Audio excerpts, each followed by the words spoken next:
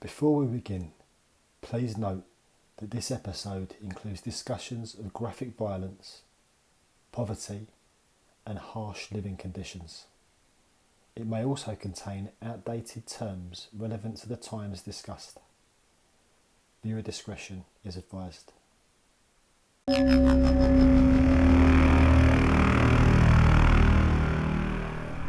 Hello everyone, and welcome back to London's Dark Archives.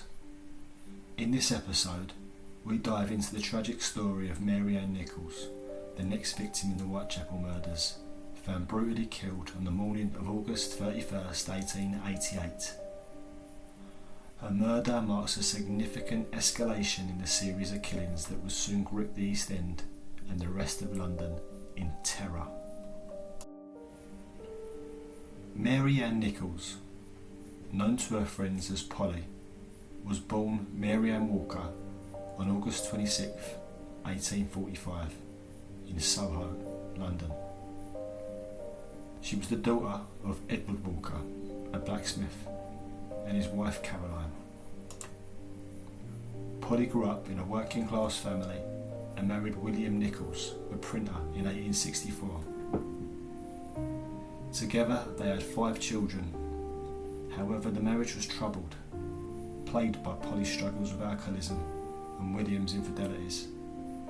By 1881, the couple had separated and Polly's life took a downward turn.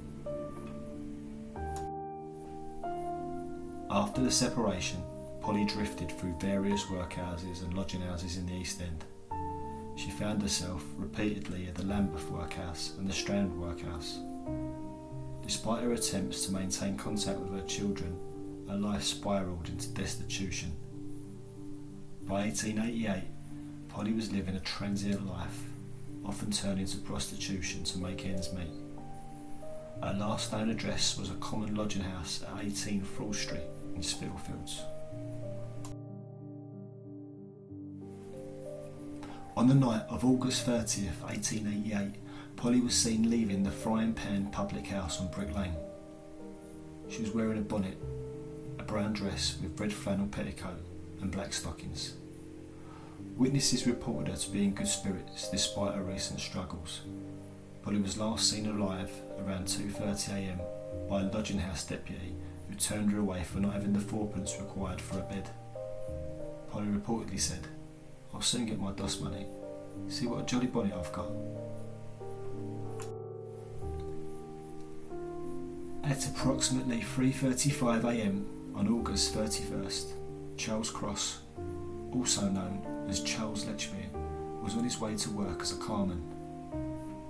He was walking along Bucks Row, a dark and narrow street, when he stumbled upon Polly's lifeless body.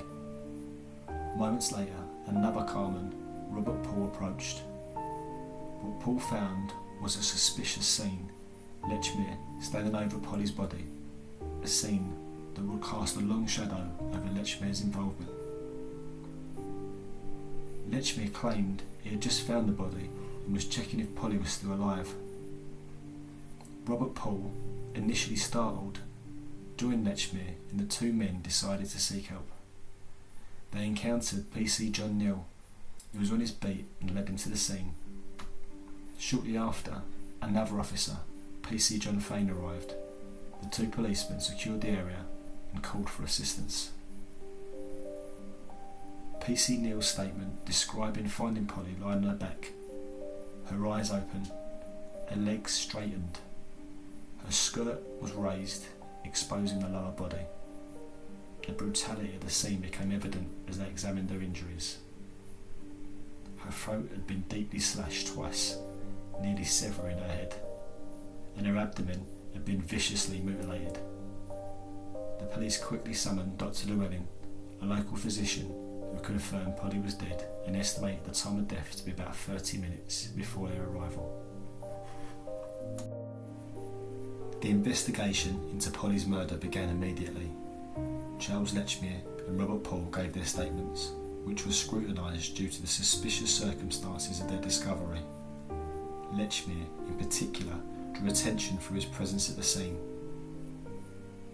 Both men later appeared in court providing detailed accounts of their actions that night, Despite their testimonies, doubts lingered about their involvement, especially Lechmere's. Bucks Row, later named Durwood Street, was a typical East End street, lined with small houses on one side and warehouses on the other. The residents were accustomed to crime and violence, but the brutality of Polly's murder sent shockwaves through the community. Pubs in the area, like the nearby board school pub, became hubs for gossip and speculation. Polly's murder wasn't the first crime in Bucks Row, but it was certainly the most gruesome and the most infamous. The press quickly picked up the story, with newspapers like The Times, The Daily Telegraph and The Star providing extensive coverage.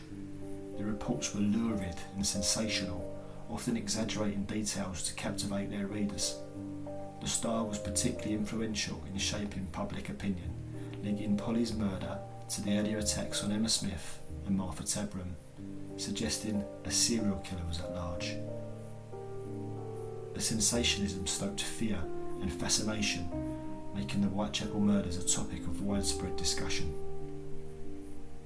The coverage painted a picture of a dangerous and lawless East End, heightening public anxiety and pressuring the police to solve the case quickly.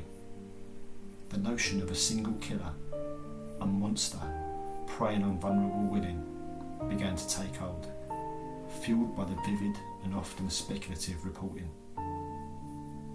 As investigation continued, witness statements and police reports painted a clear picture of the events leading up to Polly's death. Several witnesses claimed to have seen Polly with a man shortly before her murder, but descriptions were varied, making it difficult to identify a suspect.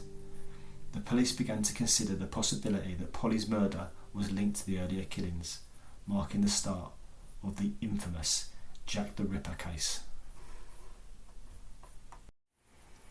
The story of Mary Ann Nichols is a tragic reminder of the harsh realities faced by women in the East End. Her life, marked by hardship and struggle, ended in a brutal and senseless act of violence.